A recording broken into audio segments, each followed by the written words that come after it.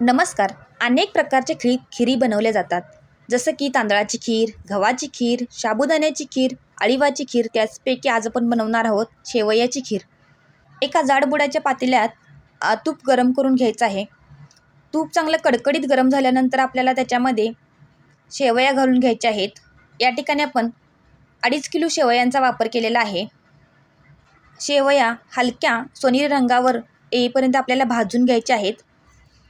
आता भाजलेल्या शेवयामध्ये गरम पाणी आपल्याला ओतून घ्यायचं आहे. या ठिकाणी आपण सुकामेव्याचा वापर करणार आहोत. आता आपल्याला त्यामध्ये सर्व ड्रायफ्रूट्स ॲड करून घ्यायचे आहेत. आता आपली खीर गरम पाण्यामध्ये छान शिजली गेलेली आहे, तुम्ही बघू शकता. त्यानंतर त्याच्यामध्ये साखर घालणार आहोत. साखरेऐवजी तुम्ही या ठिकाणी गुळाचा वापर देखील करू शकता. दुधामध्ये मेल्ट केलेला 1 किलो खवा या ठिकाणी आपण वापरलेला आहे. मिश्रण सतत ढवळत राहायचं आहे. खीर हा एक गोड पदार्थ आहे. या पदार्थाला शुभ मानले जाते. त्यामुळे आज आम्ही गणपती उत्सवानिमित्त घरीच हा नैवेद्य बनवलेला आहे. ही खीर माझ्या भावाने घरीच बनवलेली आहे. चवीला एकदम अप्रतिम लागते. आता त्याच्यामध्ये वेलची, जायफळ पूड ॲड करणार आहोत.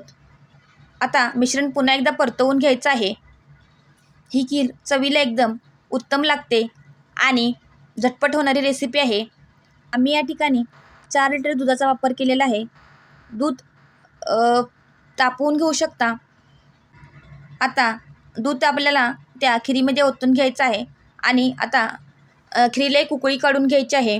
अशा पद्धतीने अगदी झटपट होणारी आपली शेवयाची खीर तयार झालेली आहे. व्हिडिओ आवडल्यास व्हिडिओला नक्की लाईक करा, शेअर करा. धन्यवाद.